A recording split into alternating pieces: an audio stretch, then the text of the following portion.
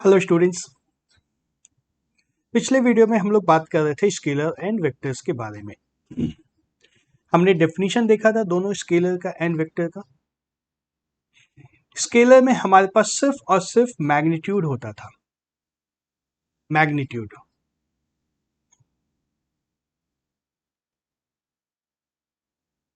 Magnitude only. लेकिन हम लोग वेक्टर की जब बात करते थे तो वेक्टर में क्या क्या होता था? हमारे पास मैग्नीट्यूड के साथ साथ which have magnitude and direction, physical quantities which have magnitude and direction, and इसके साथ एक और कंडीशन लग गई थी। क्या थी वो condition? Which can be added according to the triangle rule are called vector quantities. Examples भी हमने देखा था, फोर्स था, लीनियर मोमेंटम था, इलेक्ट्रिक करंट था, मैग्नेटिक फील्ड था, बहुत सारे एग्जाम्पल्स थे। ट्रायंगल रूल क्या होता था? एक वेक्टर यदि इस तरह का है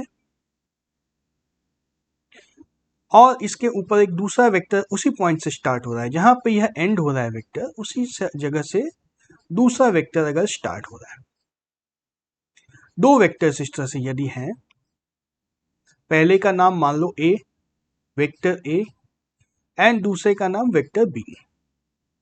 पिछले वीडियो में हमने बात की थी कि ए के ऊपर अगर किसी भी वेरिएबल के ऊपर अगर एरो लगा दें तो इसका मतलब है कि वो एक वेक्टर क्वांटिटी है। तो ए और बी, ए प्लस बी यदि हमें कैलकुलेट करना है, ए प्लस बी यदि कैलकुलेट करना है तो कैसे करते थे? इसको एक दूसरे कलर से मैं डिनोट करता हूं। यहां से ए की स्टार्टिंग पॉइंट से स्टार्ट होगा और बी के एंडिंग पॉइंट पे एंड होगा, है ना। यह वेक्टर हमारा होगा vector A plus vector B. ठीक है। हमने यह भी बात की थी कि इसको ए को अगर पॉइंट P1 से लेके P2 तक जा रहा है तो हम लोग इसको P1 P2 वेक्टर भी लिख सकते हैं, यह भी हमने बात की थी। और P2 से लेके P3 तक अगर वेक्टर B जा रहा है तो B को हम लोग P2 P3 वेक्टर इस तरह से भी लिख सकते हैं, है ना। Vectors are denoted by putting an arrow over the symbols representing them. चूंकि हम लोग वेक्टर की बात कर रहे हैं, दो पॉइंट्स के बीच में वेक्टर्स एग्जिस्ट करेंगे, तो हम लोग इस तरह से भी नाम रख सकते हैं जैसा लाइन सेगमेंट का नाम रखते थे, या नहीं तो एक सिंगल लेटर का वेरिएबल भी रख सकते हैं जैसा एलजेब्रा में हम लोग रखते आए हैं। तो हमने देखा कि कुछ वेक्टर एडिशन भी होता है। हमने अब तक क्या सीखा है? कुछ क्वांटिटी होती है जिसको हम लोग वेक्टर बोलते हैं, जो कि पिछले क्लास 10th तक एग्जिस्ट नहीं करती थी, है ना। कुछ एक क्वांटिटीज होती हैं जिसको हम लोग वेक्टर्स बोलते हैं, और ये ऐसी क्वांटिटीज होती हैं जो क्लास 10 तक एग्जिस्ट नहीं करती थी, 11th में ये आती है। और इनको हम लोग ऐड भी कर सकते हैं, इनको हम लोग ऐड भी कर सकते हैं, और इनके साथ क्या क्या कर सकते हैं ये हम लोग देखेंगे। उसमें जाने से पहले बस एक चीज और मुझे बताना था, और वह यह था कि टेक्स्ट बुक में जैसे मैंने बताया वेक्टर v इस तरह से लिखते हैं, या वेक्टर a लिखना हो तो इस तरह से लिखते हैं। टेक्स्ट बुक में इसको थिक लाइन से या थिक अल्फाबेट से, बोल्ड अल्फाबेट से भी डिनोट करते हैं, जैसे v या a।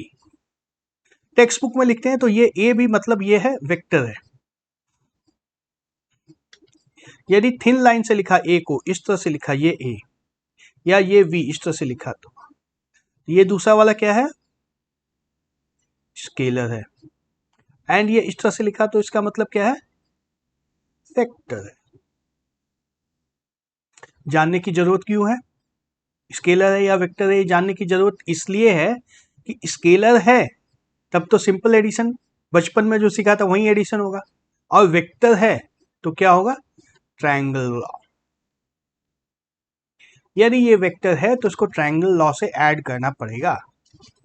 तो ये जानना बहुत जरूरी है, कौन सी क्वांटिटी स्केलर है, कौन सी क्वांटिटी वेक्टर है, यह जानना बहुत जरूरी है। हम लोग अपने वीडियो सीरीज में, या तुम लोग भी जब कॉपी में लिखोगे तो एरो लगा देना, ए के ऊपर एरो लगा दिया, एस के ऊपर एरो लगा दिया, इस तरह से वेक्टर डिनोट करेंगे। क्यों? क्योंकि बोल्ड में अगर लिखना हो तो वी वी इस तरह से 3 बार चलाओगे, कितना टाइम लगेगा? एक्स्ट्रा टाइम लगेगा। ए के ऊपर अगर 3 बार चलाओगे तब ये वेक्टर बन जाएगा, है ना। काफी मेहनत का काम है। मेरे पास थिक पेन भी है, लेकिन बार बार पेन को चेंज करना होगा इस तरह से लिखने के लिए। या तो पेन को चेंज करना होगा या 3 बार ओवरराइट करना होगा। इस तरह से ओवरराइटिंग भी अच्छी नहीं लगेगी, इसलिए हम लोग इस कन्वेंशन को फॉलो करेंगे, एरो वाले कन्वेंशन को। जनरली टेक्स्ट बुक में ये कन्वेंशन फॉलो नहीं होता है, टेक्स्ट बुक में यह फॉलो होता है। चलो अब क्लियर है वेक्टर क्या होता है, कैसे लिखते हैं, कैसे ऐड करते हैं। अब देखो एक बड़ी इंटरेस्टिंग चीज है, if a physical quantity has magnitude as well as direction, दोनों चीज है, मैग्नीट्यूड भी है डायरेक्शन भी है, मतलब क्या हुआ, वेक्टर है लेकिन बट यहां लगा है, but does not add up according to the triangle rule, triangle rule के अकॉर्डिंग ऐड नहीं होता है, then it will not be a vector quantity. देखो मैं इसको अंडरलाइन कर देता हूं रेड कलर से, it will not be a vector quantity. अगर ट्रायंगल रूल फॉलो नहीं हो रहा है तो वह वेक्टर नहीं है, ठीक है। ट्रायंगल रूल बहुत इंपॉर्टेंट है, अगर ट्रायंगल रूल फॉलो नहीं हो रहा है तो वो वेक्टर नहीं है।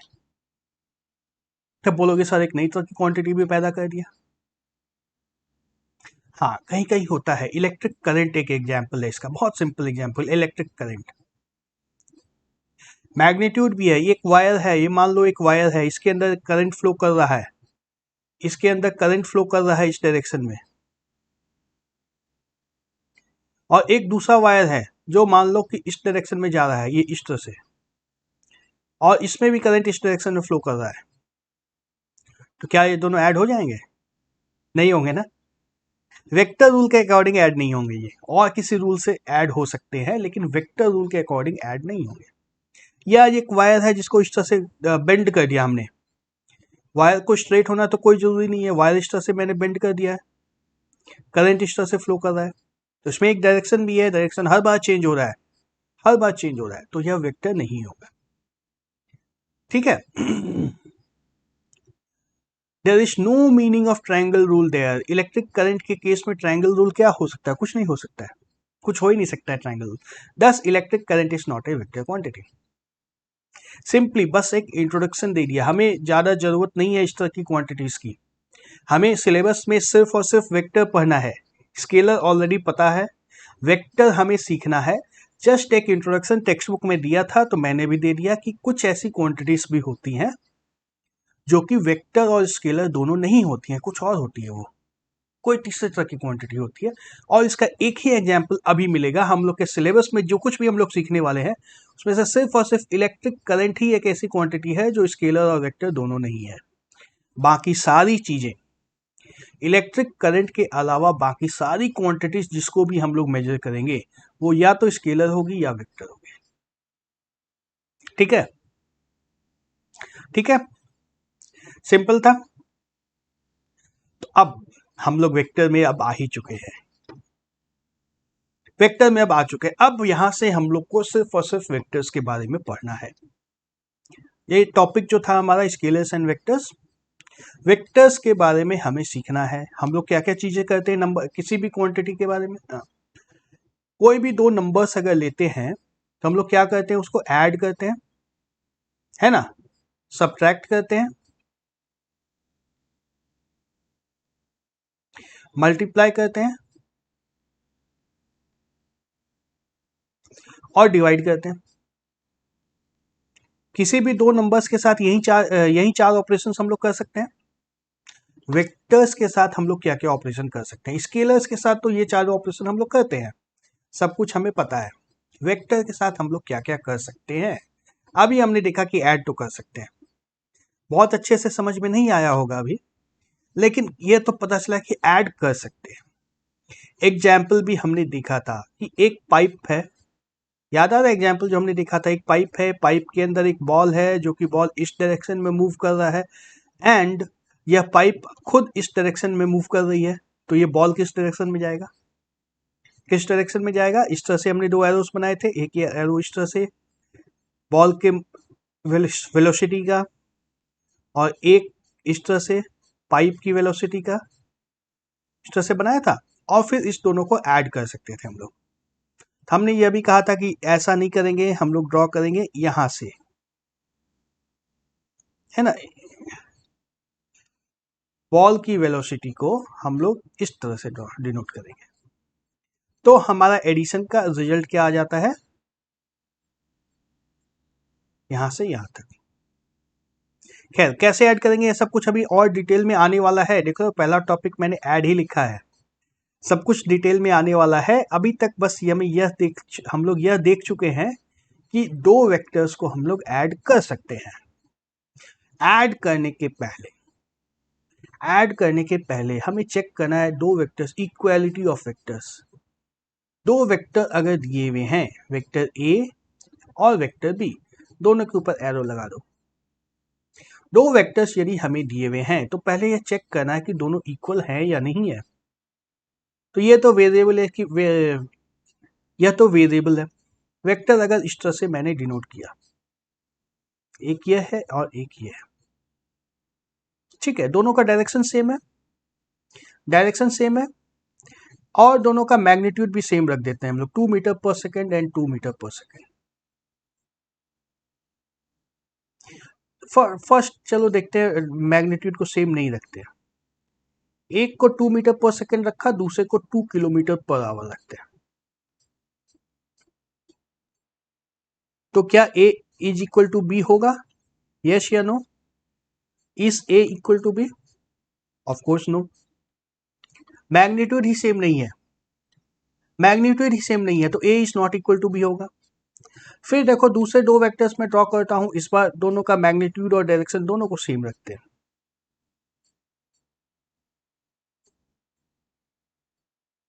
ठीक है,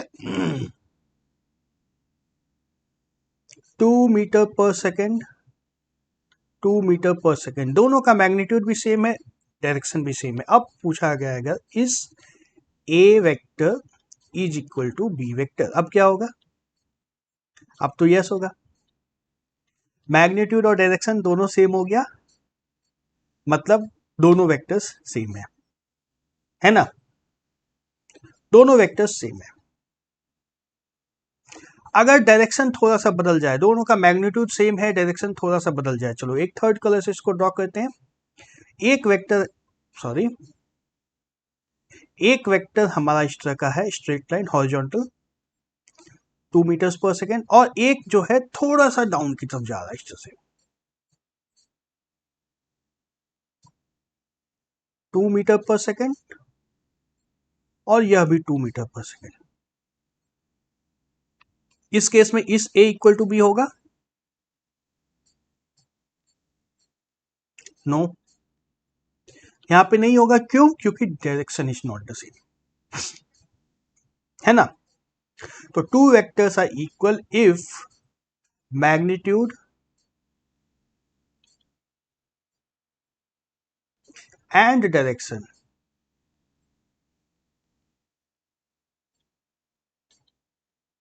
बोथ आर सेम।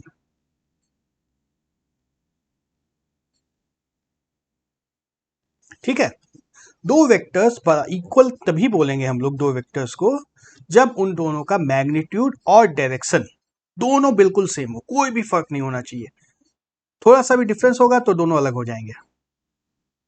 तो यहां देखो, two vectors representing the values of same physical quantity, physical quantity अगर सेम है तभी इक्वालिटी की बात आएगी, है ना। स्पीड को हम लोग डिस्टेंस से तो इक्वल है या नहीं चेक नहीं कर सकते, है ना, स्पीड को डिस्टेंस से तो मैं चेक नहीं कर सकते हैं, टेम्परेचर को वेट से तो कंपेयर नहीं कर सकते हैं, कर सकते हैं क्या?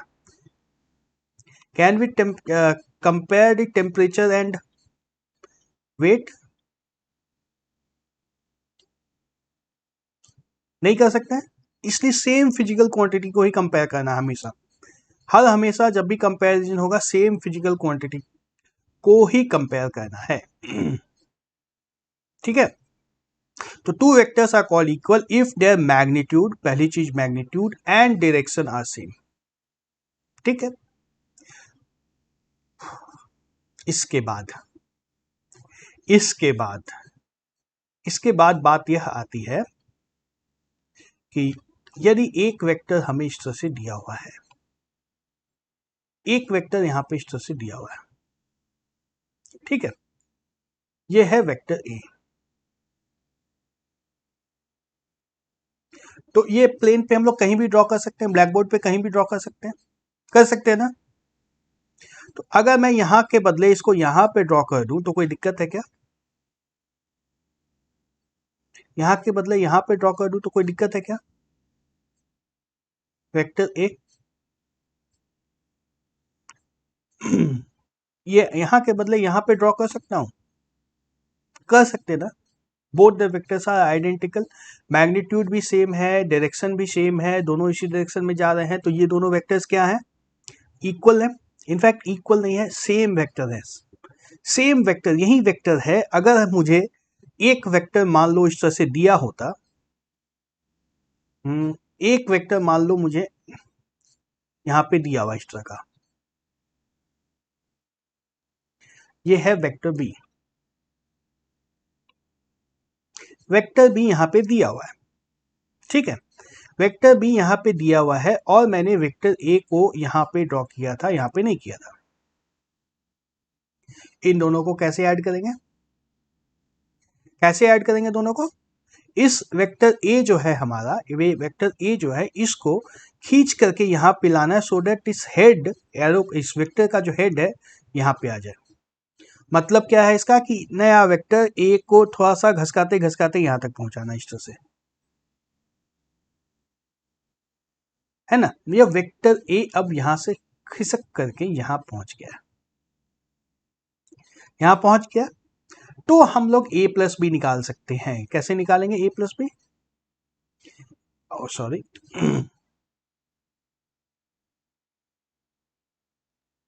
ये ए प्लस बी ऐसे निकाल दिया हमने, यह तो निकालना पता ही है, ए प्लस बी, ठीक है ना। तो यह जो प्रोसेस था, हमने ए वेक्टर को घिसका के यहां पे पहुंचा दिया था, इस प्रोसेस को क्या बोलते हैं? ट्रांसलेशन। ट्रांसलेशन, ठीक है। देखो यहां पे parallel translation of A vector. Vector को वेक्टर को हम लोग खिसका सकते हैं, है ना। प्लेन के ऊपर अगर वेक्टर यहाँ पे है, यह वेक्टर है, इसको पकड़ करके हम लोग यहाँ तक ला सकते हैं, या कहीं और भी इधर भी ले जा सकते हैं, या यहाँ भी ला सकते हैं, या इसको लेकर के यहाँ भी आ सकते हैं। वेक्टर के ऊपर कोई फर्क नहीं पड़ेगा। हमने क्या बात की थी कि मैग्नीट्यूड सेम होना चाहिए, मैग्नीट्यूड सेम होना चाहिए, और क्या होना चाहिए? डायरेक्शन सेम होना चाहिए। मैग्नीट्यूड और डायरेक्शन दोनों सेम होना चाहिए। तो इस तरह से ट्रांसलेट करने में, ट्रांसलेशन जिस प्रोसेस को हमने लिखा है, ट्रांसलेट करने में क्या मैग्नीट्यूड और डायरेक्शन में कोई फर्क पड़ेगा? कोई फर्क नहीं पड़ रहा। कोई फर्क नहीं पड़ रहा, तो ये हम लोग कर सकते हैं। हम लोग वेक्टर्स को ट्रांसलेट कर सकते हैं, पूरे प्लेन पे कहीं भी उठा करके इसको ले जा सकते हैं। जैसे अगर यह वेक्टर है, अगर ये वेक्टर है मेरा, ये वेक्टर है, इसको उठा के कहीं भी ले जा सकते हैं, ठीक है। बस सवाल यही है कि ये इसी तरह से जाएगा, हॉरिजॉन्टली इसी तरह से जाएगा, ऐसे कहीं भी जा सकता है। इसको रोटेट करने की कोशिश नहीं करोगे, ये इस रोटेट इसको नहीं कर सकते, किसी भी तरह से इसको रोटेट करना अलाउड नहीं है। सिर्फ और सिर्फ इसको इधर उधर खिसका सकते हैं। वापस अपनी जगह पे पहुंचा दिया। ट्रांसलेशन ऑफ वेक्टर्स अलाउड है, क्यों? क्योंकि इसमें ना मैग्नीट्यूड चेंज होता है, ना तो इसमें कोई मैग्नीट्यूड चेंज होगा, और ना ही इसमें कोई डायरेक्शन चेंज होगा। ना मैग्नीट्यूड चेंज होगा, ना डायरेक्शन चेंज होगा। यदि हम लोग इसको रोटेट कर दिए, बाय चांस मान लो मैंने ट्रांसलेट करने के प्रोसेस में थोड़ा सा इसको घुमा दिया, इस तरह से कर दिया वेक्टर को, तो क्या होगा? डायरेक्शन चेंज हो गया। डायरेक्शन चेंज हो गया तो ये वेक्टर सेम नहीं है, वेक्टर बदल चुका है, मतलब सवाल गलत हो चुका है। हम लोग सिर्फ और सिर्फ वेक्टर को ट्रांसलेट कर सकते हैं, और एडिशन के लिए ट्रांसलेट करना जरूरी होता है। वेक्टर्स को ऐड करने के लिए, वेक्टर्स को ऐड करने के लिए, जैसे हमने यहाँ पे देखा था, एक वेक्टर यहाँ है, दूसरा वेक्टर यहाँ है, इन दोनों को यदि ऐड करना तो उसको ट्रांसलेट करना ही पड़ेगा। या तो इस ए को खींचकर यहाँ लाना होगा, या इस बी को खींच करके यहाँ लाना होगा, कुछ इस तरह का बनेगा अगर बी को खींच कर यहाँ लाएंगे तो इस तरह से, है ना। दोनों में से एक काम करना होगा ऐड करने के लिए, या तो ए को ट्रांसलेट करके यहां पहुंचाना है या बी को ट्रांसलेट करके यहां पहुंचाना है। ऐसा करने के बाद ही हम लोग ऐड कर सकते हैं। ठीक है, तो अब आते हैं हम लोग एडिशन ऑफ वेक्टर के ऊपर। कैसे ऐड करते हैं हम लोग? ट्रायंगल रूल से ऐड करते हैं, पता है। वेक्टर ए अगर यहां पे दिया हुआ है और वेक्टर ए के हेड पे ही वेक्टर बी बना हुआ है, वेक्टर बी अगर वेक्टर ए के हेड पे बना हुआ है तो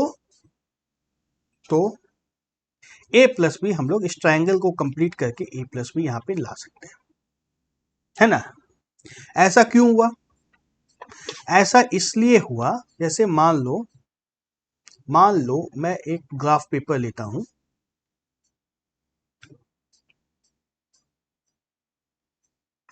हाँ, और इस पे देखो, चलो एक्स एक्सिस और वाई एक्सिस पे ड्रॉ कर देते हैं।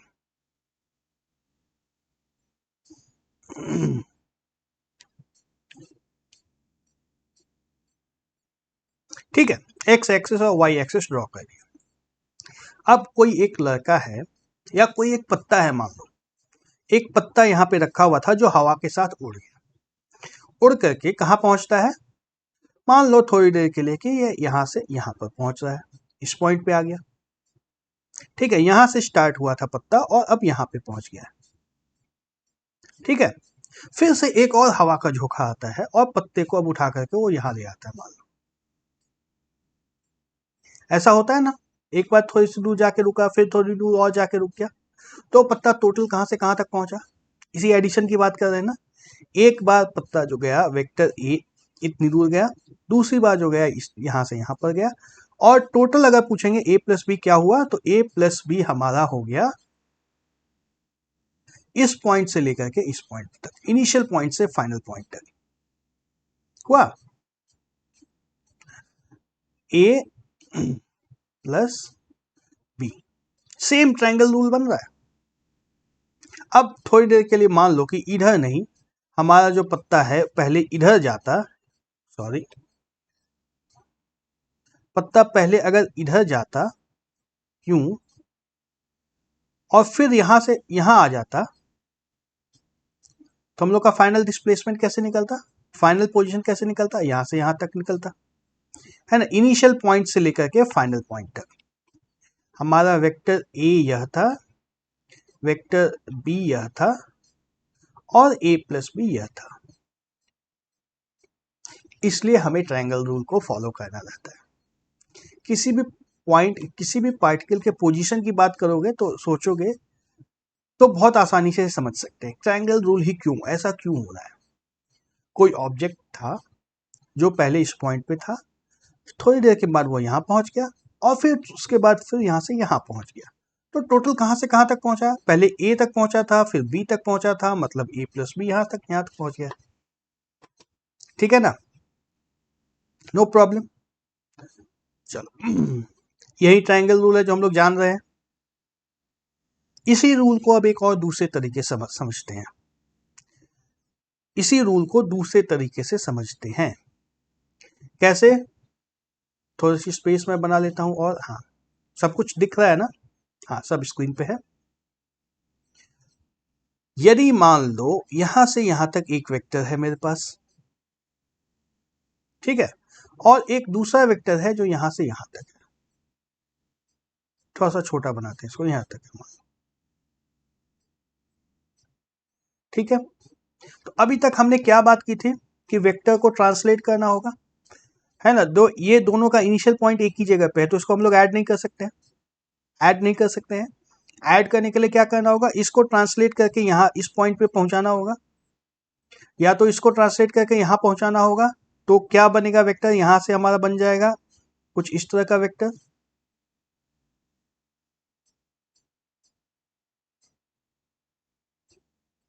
कुछ इस तरह का वेक्टर बनेगा, बनेगा ना। तो हमारा रिजल्टेंट वेक्टर क्या होगा? तो रिजल्टेंट के पहले मैं यह लिख देता हूं, पहले यह हमारा वेक्टर ए था, वेक्टर बी हमें इनिशियली यहाँ पे दिया हुआ था, जिसको हमने ट्रांसलेट करके यहाँ पे पहुंचा दिया। ठीक है, तो अब ए प्लस बी हमारा क्या होगा, ए प्लस बी यह होगा ना। तो जो काम हमने किया उसको ऐसा भी तो कह सकते थे, ऐसा भी तो कह सकते थे कि ए और बी अगर वेक्टर हमें दिया हुआ है, एक वेक्टर यह है एक वेक्टर ये है, तो ए और बी दोनों साइड के ऊपर एक पैरेललोग्राम को कंप्लीट कर दिया गया है ना। ए और बी दो साइड हमें पता है, तो इस पॉइंट के ऊपर एक लाइन पैरेलल ड्रॉ कर दिया इधर से, है ना, इस बी के पैरेलल, और यहाँ पे ए के पैरेलल एक पॉइंट एक लाइन को ड्रॉ कर दिया। तो क्या बना, पैरेललोग्राम बन गया हमारे पास।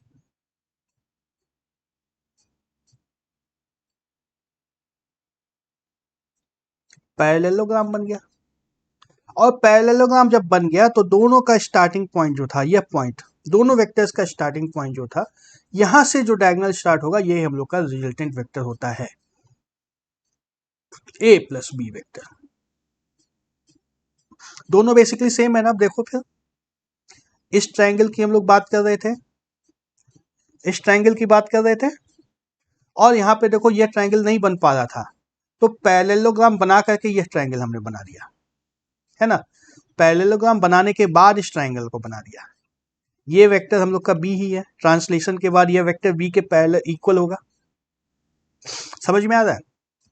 तो वेक्टर एडिशन के लिए हम लोग या तो ट्रायंगल लॉ यूज कर सकते हैं, ट्रायंगल लॉ को यूज कर सकते हैं, या पैरेललोग्राम लॉ को यूज कर सकते हैं। दोनों तो एक ही लॉ है, दोनों में कोई फर्क तो है नहीं।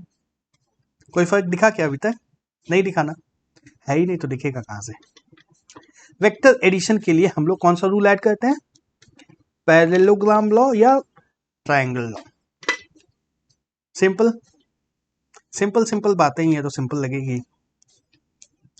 तो अब कुछ एडिशन के बारे में हम लोग देखते हैं, क्या होता है वेक्टर एडिशन। क्लियर है, क्या होता है एडिशन, क्लियर है। तो अभी तक हमने जो बात की, हमने सिर्फ और सिर्फ ग्राफ पे या ज्योमेट्रिकली कंप्लीट कर दिया सारा मेजरमेंट, है ना, ज्योमेट्रिकली कर दिया कंप्लीट सब कुछ। क्या ज्योमेट्री से काम चल जाएगा हमारा?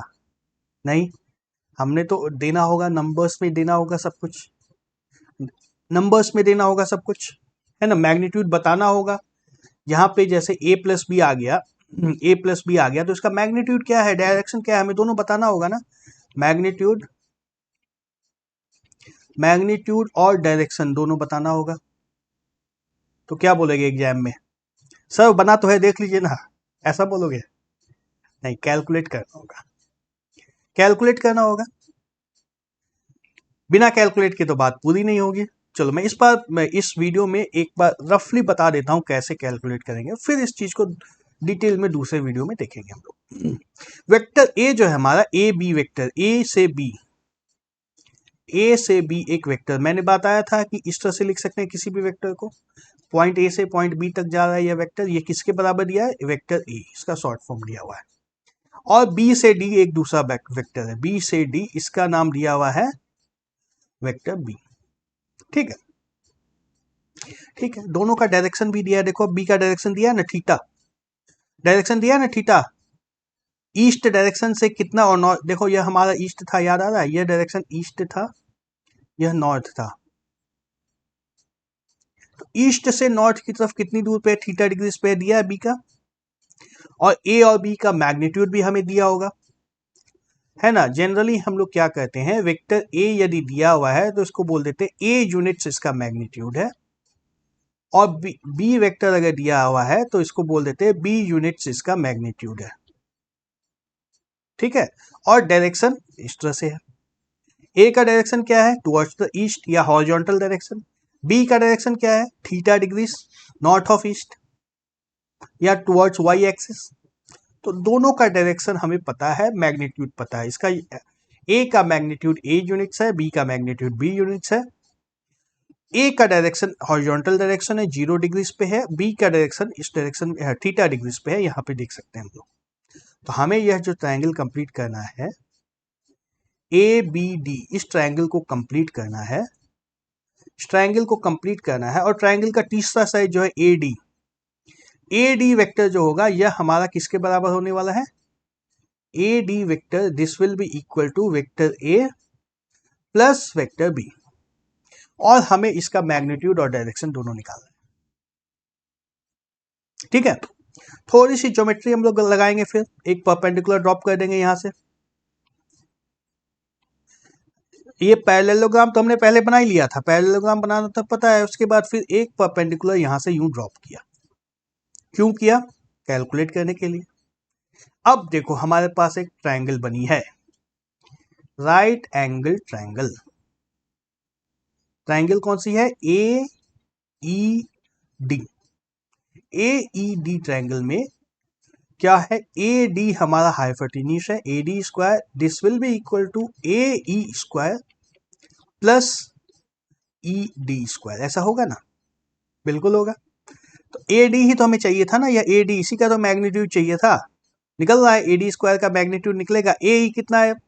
AE देखो यहां से यहां तक है। AB कितना है? A है। और BE कितना है ना? AB प्लस BE, इस पूरे का स्क्वायर प्लस ED। इसका लेंथ कैसे निकालेंगे? ED का स्क्वायर निकालना है। ठीक है, तो अब देखो छोटी वाली ट्रायंगल को देखो, ट्रायंगल BED, इस ट्रायंगल को देखना है। BED इस ट्रायंगल को देखो। अब BE कितना होगा? B is equal to B cos theta होगा। ट्रिग्नोमेट्री कुछ कुछ याद आ रही है? B cos थीटा होगा, कुछ कुछ याद आ रहा है? अच्छा, cos थीटा क्या होता था? देखो याद करो, cos थीटा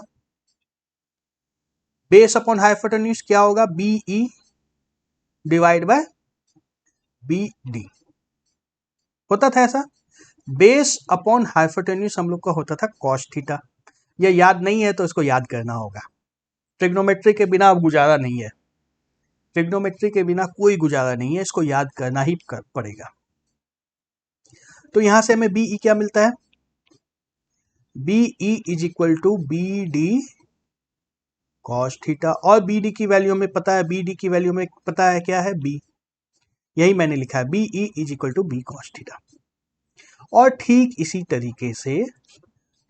तरीके से साइन थीटा यदि हमें निकालना है, साइन थीटा क्या होता है? Perpendicular upon hypotenuse, ED divide by BD, ED divide by BD। यहां से ED हमें क्या मिल जाएगा? ED is equal to BD sine theta, और BD की वैल्यू क्या है? B sine theta. तो BE भी हमें मिल गया, यह BE मिल गया हमें, ED मिल गया हमें, तो ये सारा काम हो जाएगा। A भी तो पहले से पता था, A है। क्या होता है यह? A plus B cos theta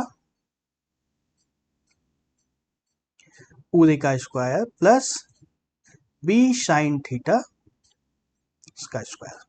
इसको कैलकुलेट कर देंगे अगर तो हमें मिल जाएगा ना मैग्नीट्यूड। क्या आएगा? A square plus B square cos square theta plus 2AB cos theta plus B square sine square theta. और अब देखो फिर से ट्रिग्नोमेट्री का यूज होगा। एक आइडेंटिटी हमारे पास थी sine square theta plus cos square theta कितना होता था? 1 होता था। Sine square theta plus cos square theta is equal to 1 होता था। तो देखो ये कॉस स्क्वायर थीटा यहाँ है, साइन स्क्वायर थीटा यहाँ है, इसको एक साथ लेते हैं। A square plus B square, देखो बी स्क्वायर कॉमन ले लिया, B square cos square theta, और यहाँ पे था B square sine square theta plus sine square theta plus यह बचा है 2AB cos थीटा। ठीक है, ये पूरा मिलकर क्या हुआ? cos square theta plus sine square theta हमारा 1 होता है, जो यहाँ पे हम लोग देख चुके हैं। तो आ गया हमारे पास A square plus B square plus 2AB cos theta. ये हमारा मैग्नीट्यूड आ गया। क्या आया हमारा मैग्नीट्यूड? यहाँ पे लिख देता हूँ, मैग्नीट्यूड आता है हमारा A square plus B square plus 2ab cos theta. हमें ए भी पता है, हमें बी भी पता है, तो यह भी पता है कॉस थीटा, थीटा भी हमें पता है, यह एंगल थीटा मैंने स्टार्टिंग में ही बोला, थीटा हमें पता है, तो कॉस थीटा भी पता है। ये पूरा का पूरा मैग्नीट्यूड हमें अब पता चल जाएगा। और जब यह मैग्नीट्यूड पता चल गया, ट्रायंगल ए ई डी, देखो इस ट्रायंगल की बात कर रहे हैं, ए ई डी ट्रायंगल में अब तीनों साइड्स अगर हमें पता है तो ये एंगल अल्फा निकालना कौन सी बड़ी बात है, अल्फा तो निकल जाएगा ना, अल्फा निकल जाएगा, tan अल्फा निकाल देंगे हम लोग। tan alpha is equal to क्या होगा, tan alpha is equal to होगा DE divide by AD, sorry AE, DE divide by AE, यह हमारा tan अल्फा होगा। तो हमें अल्फा की भी वैल्यू मिल जाएगी। इस तरीके से हम लोग अब एडिशन कंप्लीट करेंगे। दो वेक्टर्स को ऐड करने के लिए देख लो हमें क्या क्या कुछ लग गया है, ज्योमेट्री भी हमें लग गई है, पाइथागोरस थ्योरम भी लग गया है, थोड़ा सा ट्रिग्नोमेट्री भी लग गया है, और सब कुछ को इकट्ठा ला करके तब वेक्टर एडिशन हुआ। तो इस चीज को तुम लोग कॉपी में खुद से वीडियो देख लो, पहले एक बार दो बार देख लो, और फिर कॉपी में खुद से लिखने की कोशिश करो कैसे आ रहा है ये समझना बहुत जरूरी है। वेक्टर एडिशन जब तक नहीं होगा तब तक फिजिक्स में आगे बिल्कुल नहीं बढ़ सकते। और वेक्टर एडिशन के लिए ट्रिग्नोमेट्री की थोड़ी सी बहुत ज्यादा जरूरत है, ट्रिग्नोमेट्री की, cos theta, sine theta, tan theta, इस तीनों की भी बहुत ज्यादा जरूरत है। तो यहाँ पे वीडियो को पॉज करो, कॉपी में लिखने की कोशिश करो, मैंने जो भी अभी लिखा है बोर्ड पे लिखने की कोशिश करो। अगर कहीं अटक जाते हो तो वीडियो रिवाइंड करके फिर से देखो और फिर से लिखने की कोशिश करो, कि इसको दिमाग में घुसना बहुत ज़्यादा ही ज़रूरी है। ठीक है, आगे अभी नहीं ले जाऊंगा मैं, आगे की इसी चीज़ को एक बार फिर से रिवाइज करेंगे अगले वीडियो में, फिर हम लोग आगे की तरफ बढ़ेंगे। Okay, bye bye.